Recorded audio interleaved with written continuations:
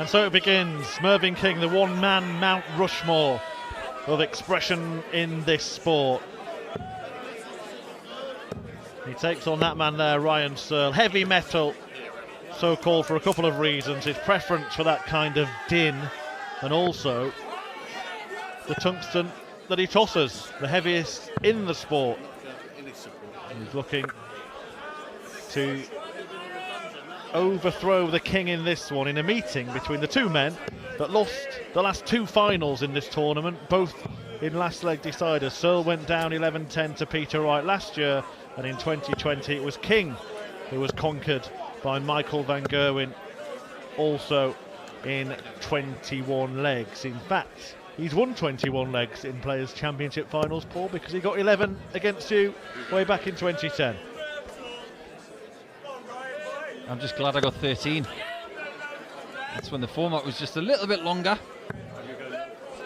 Thank you, ladies and gentlemen. First leg, it's Ryan to throw first. Game on. But this one is first to 6. Best of 11, not first to 11. Yeah, he's been restored, really, hasn't he, as the perennial darting bridesmaid, Mervyn King, after Michael Smith finally shook off that mantle with victory at the Grand Slam of Darts. He's been a major finalist 83. more times than he would wish without winning one. In the PDC, that is, of course. He did get glory, didn't he? 85. In the World Masters back in 2004. He actually classifies a couple of his other wins as majors as well. 98. His British Open win, funnily enough, he classifies that as a major. Well, you could argue that the Finder Masters and the International Darts League as 83. major titles. I'm definitely in those giving them days. the IDL. The IDL, absolutely. Hard thing to win. Broadcast worldwide, I'm having that. Other ones, maybe not. 7 runners-up spots. You were the third man to beat him in a PDC final after Wade had done it in the Premier League. Taylor had done it in the Championship League. He's since gone on to lose the World Grand Prix to MVG, the Masters to James Wade and Johnny Clayton. And in contrast to Terry Jenkins, who we spoke about earlier, he's been close on just about every occasion. Yeah, absolutely. So you would have to say in PDC darts, the biggest runners-up, with all due respect, are Chisnell and King. Mervyn King making an early charge to break the throw here. Oh, well, many would say that was the wrong route, but it proved to be the right one for Mervyn. Well, it is the wrong route. But then again, he goes treble 16 on 80. 16-14 bulls, so he has his roots. And who are we to argue with the most gift-worthy majesty in darts? 41. He's such a strong player. We talk about the evergreen Steve Beaton as a mainstay of the sport's higher reaches for decades. Well, Mervyn King's got to be in the same bracket, hasn't he? Oh, of course he does. You think about the England team from the late 90s. King was in it, Beaton was in it, Fordham, Wolfie, Painter, Andy Jenkins. I mean, just go on and on and on. And so, most of them are still playing. What about Ryan Searle then? Because many thought he would really kick on after reaching the final last year. Could have won that final against Peter Wright. Haven't seen the same damage done from heavy metal on TV in 2022. No, we haven't. He's made a lot of appearances. I think he would admit that he has underachieved in European Tour darts as well as some of the majors. But he has won this year, so he's managed to keep that trend going. 3 consecutive seasons now as a winner. That's admirable, and maybe things would have been different had he won the first Players' Championship of the year after losing to Luke Humphries. Yeah, it is not easy to pick up those Pro Tour titles. In the field of 128 of the best players in the world, to come out as number 1 on any given day is an achievement. But we are starting to see some changes happen within the world of the PDC. 60. Mervyn King had been to every European Championship up until this year, so that's gone. Wadey and Anderson had been at every Grand Slam. They no longer have that mantle. So those kind of things are changing. We're starting to look to different quarters for challengers like Ryan Searle. King has every chance here of doubling his lead. Now, is he going to go the old school bull route, or will he be aggressive?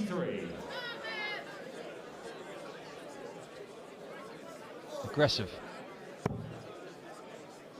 Not going to go double-double. Not sure where he went. He got a little loss there, Mervyn King. Did he lose the leg as a result? Yes.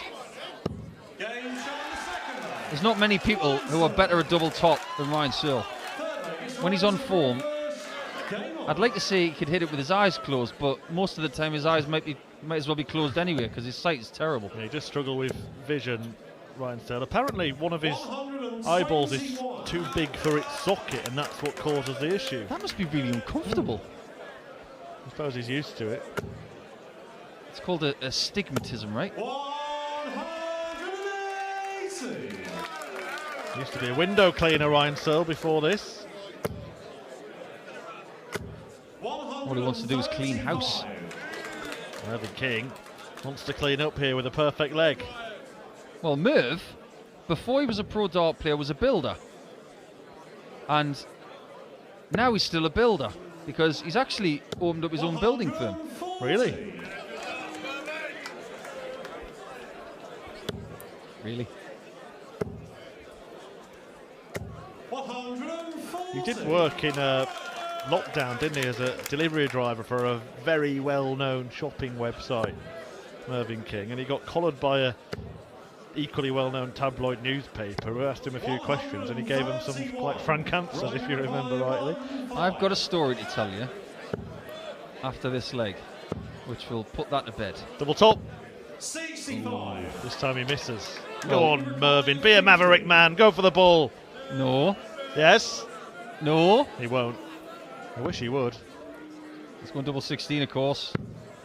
But earlier in the season, funnily enough, Mervyn started going 10 tops for some reason. I don't know why, because he's been one of the best double 16 shooters of the last, well, quarter century. Is that the story? No. That's not the story. So the tabloids made something of Mervyn going out and delivering for a well-known shopping brand. And in fact, a good friend of ours, who used to present for ITV, by the name of Matt Smith, one of the best sports presenters in any field, in any country. He's an absolute superstar. He was delivering for a local supermarket as well.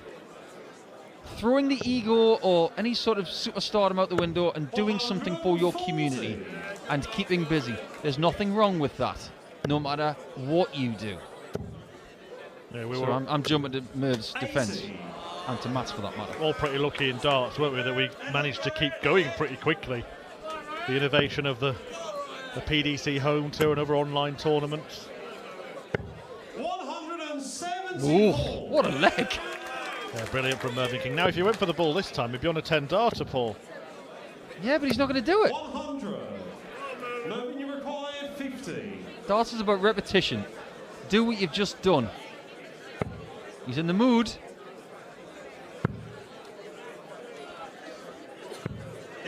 That is a 12 darter from Merv, and it's brilliant. It's almost as resplendent as that incredible shirt that he's wearing right now in memory of his dad, which for me is the shirt of the week. Well, it's the first holder throw in this match. Mervyn King has just come out of the blocks absolutely flying. But Searle now responding. 177 opener from him. Followed by another. I did say darts is about repetition.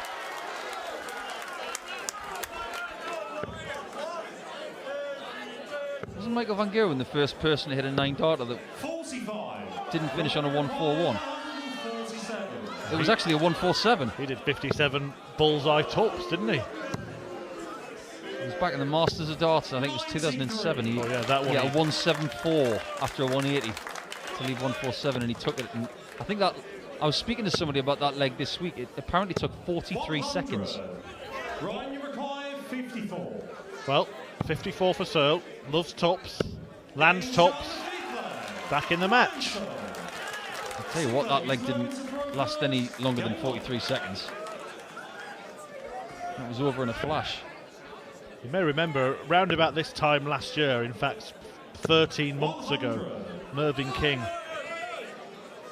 actually produced the highest average he's ever hit in his career when he beat James Wade at the World Series final. 115? Yeah, .62.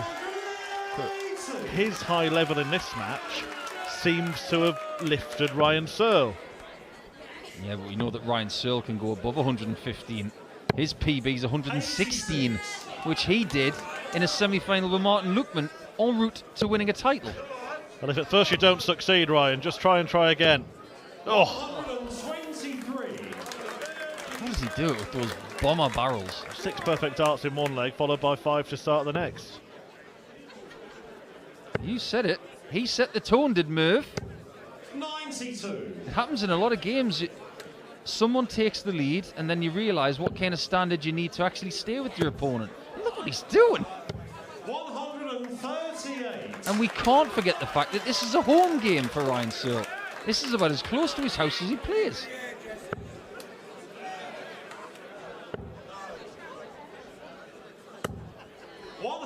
He's not far from Tiverton, right? Yeah. That's about 30 miles from here.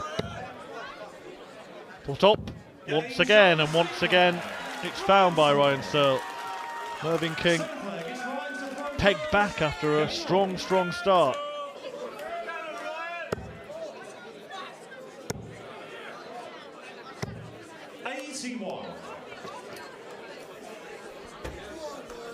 We just had a little bit of news that our marathon bumper session here on stage 2 has just been cut slightly shorter because the final match scheduled, Dave Chisholm against Niels Zonneveld, is now going to take place on the main stage. So if we are done here and you want to watch it, you can watch it on ITV4 if you are in the UK or wherever you're watching the main stage action around the world.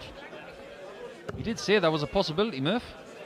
So our final game of the afternoon will include Gary Anderson against Gabriel Clements. Well, this has been a great game so far. I marked it as my match of the session. I think it would take some going to beat Barry versus Lewis, but it's heading in the right direction, Paul. Yeah, we're only halfway. Michael Smith in action now on the main stage because Danny Noppert has demolished Simon Whitlock with the performance of the tournament so far. A 6-1 win for Noppert, who's going for the Minehead double of UK Open and Players Championship finals. And he averaged 106.59. Uh-oh. I kind of wish I'd said Danny Noppert for the tournament now. That's ominous.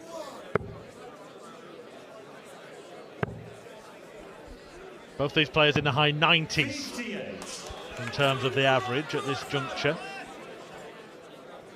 Searle's hit back here to effectively take control of the game. 139. So I've got a really good question for you about Merv, because I know you're a big Mervyn King fan. I was going to use the infamous word that Dan Dawson uses, but I chose not to. It's his. But Searle has been a master of tops in this game. 58.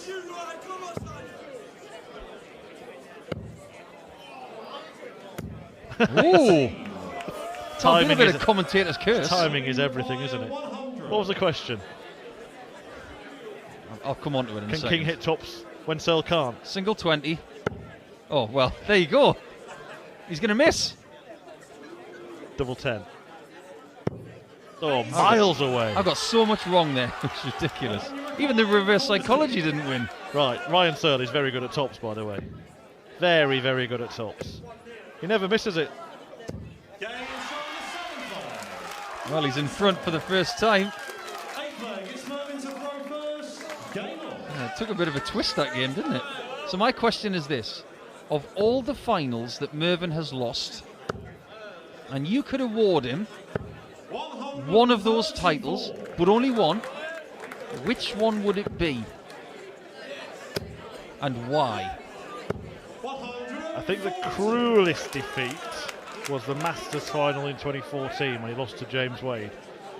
Maybe that one would have hurt him more than most because of the manner in which he lost that tournament. Now remember, Mervyn King in that final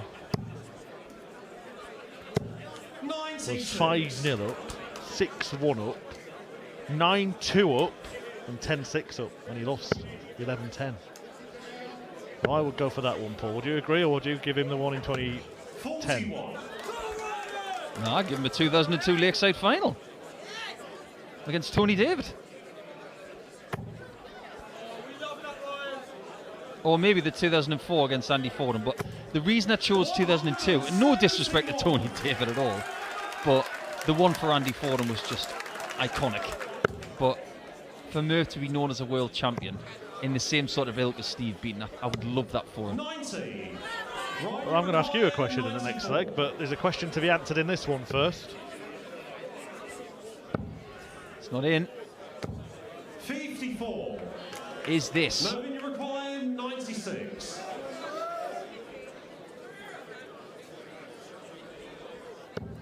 Oh, that's a gorgeous start. Oh, it's a beautiful finish. It's a great game of darts, and there's only 3 legs left potentially.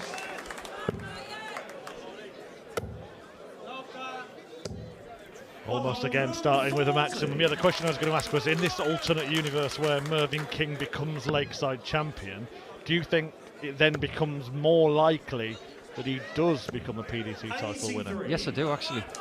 I know he went on to win the World Masters after those disappointments, but if you think about what he did post win the World Masters, there was a bit more of a feed effect onto other tournaments. And I just get the feeling that the label of world champion on his shoulders and something he can hang his hat on, I think he would have won more. But still, to me, and to a lot of people, it's a Hall of Fame career. He still believes, you know, he still believes that he can add that world championship to his Roll of Honour. Well, can you imagine it? If he was to be world champion. He's the classic kind of attitude, Mervyn King, where he says that I wouldn't turn up to anything if I didn't think I could win it. That's fair enough. 92. Almost reminds me of the fact that his good mate Peter Wright was the first person to lift the Sid Waddell trophy with one hand. Double 12! Oh, well, it was close, but not in, but he does come back for that double Ryan Searle. King can't go out from here. It was a necessary switch, 58. but he hasn't been able to leave a finish. 24. Searle is within 1. A vastly entertaining match. If he wins one more leg, it will be either Stephen Bunting or Jamie Hughes in quarter number 2. Well, we've already banked one second round match between Dirk van Duijvenbode and Daryl Gurney, and that is this section. A sloppy start from King. Jumped all over by his opponent. It could be done in this leg. But this is good, isn't it, from Searle? We talked about the major tournaments this year where he may have underperformed a little bit, but this has been more like it. This has been really good. Averaging 100. He was 3-1 down, don't forget, and then suddenly he found full flow. I do get the feeling, though, that Merv is the kind of opponent that Searle wants. He wants a no-nonsense, non-celebrating kind of player, so he can just get down and focused instead of being ruffled by a Dirk, by, you know, someone who's going to get a bit rabid. 85. Slipping away. Searle has taken the darts in leg 10. The leg he needs to get over the line. 60. Definitely didn't want to treble his visit there. Just invites King in to get to the finish first, where he needs the treble, 40. and he gets a lot worse than trebleless. It's not going his way. Doesn't look like being his day. But still a small opportunity, a glimmer of light.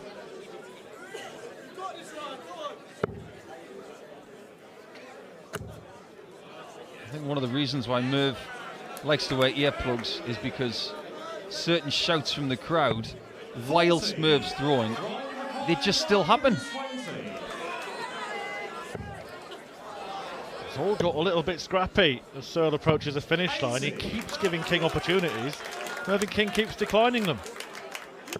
He's had his chance to get back in the leg, but unfortunately, with Searle on tops, it may be just seconds away. Rarely any other outcome than that.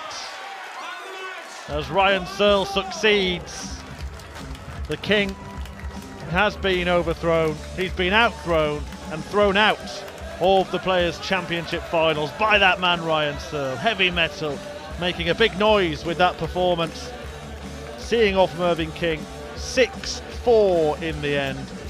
Good strong showing from Searle, who averaged just north of 99 in that one, and he goes through to take on the winner of our next match here on stage 2, which is Jamie Hughes and Stephen Bunting.